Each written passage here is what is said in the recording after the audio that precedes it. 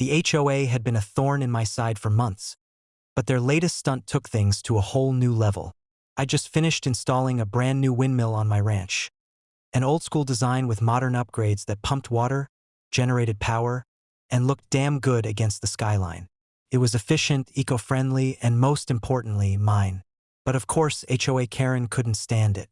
She showed up the morning after it went live, clipboard in hand, sunglasses perched like she was about to interrogate me on a runway.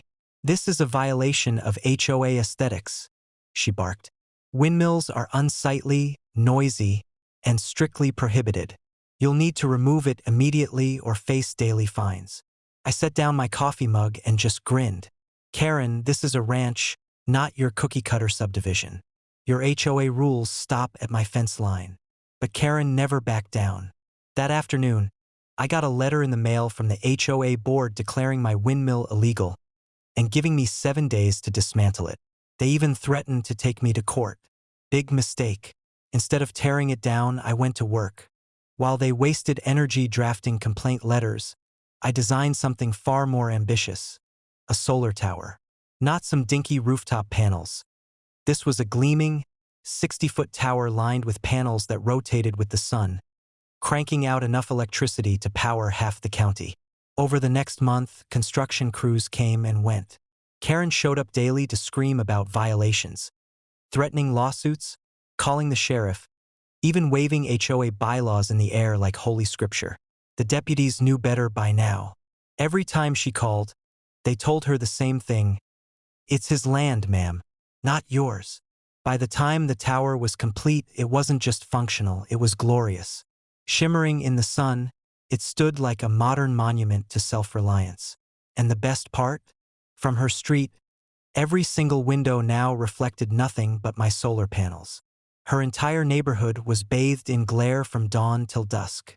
The first HOA meeting after installation was chaos. I walked in, deed to my property in hand, and waited for Karen's tirade. She didn't disappoint. "This is harassment," she shrieked.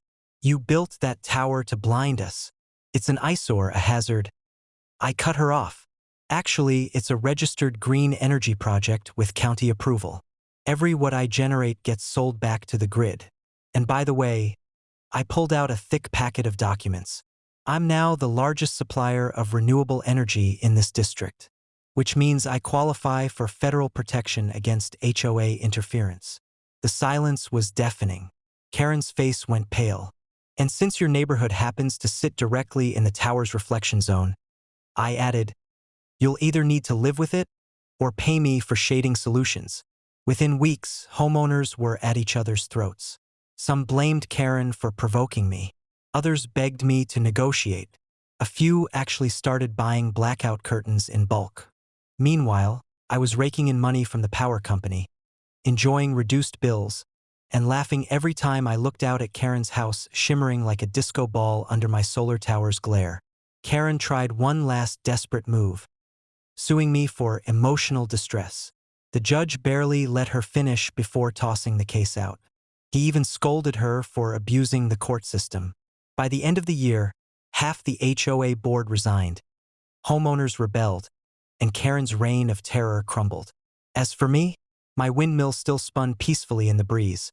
My solar tower kept the lights on for miles, and every time Karen dared step outside, she had to squint under the blinding reminder that messing with me had consequences.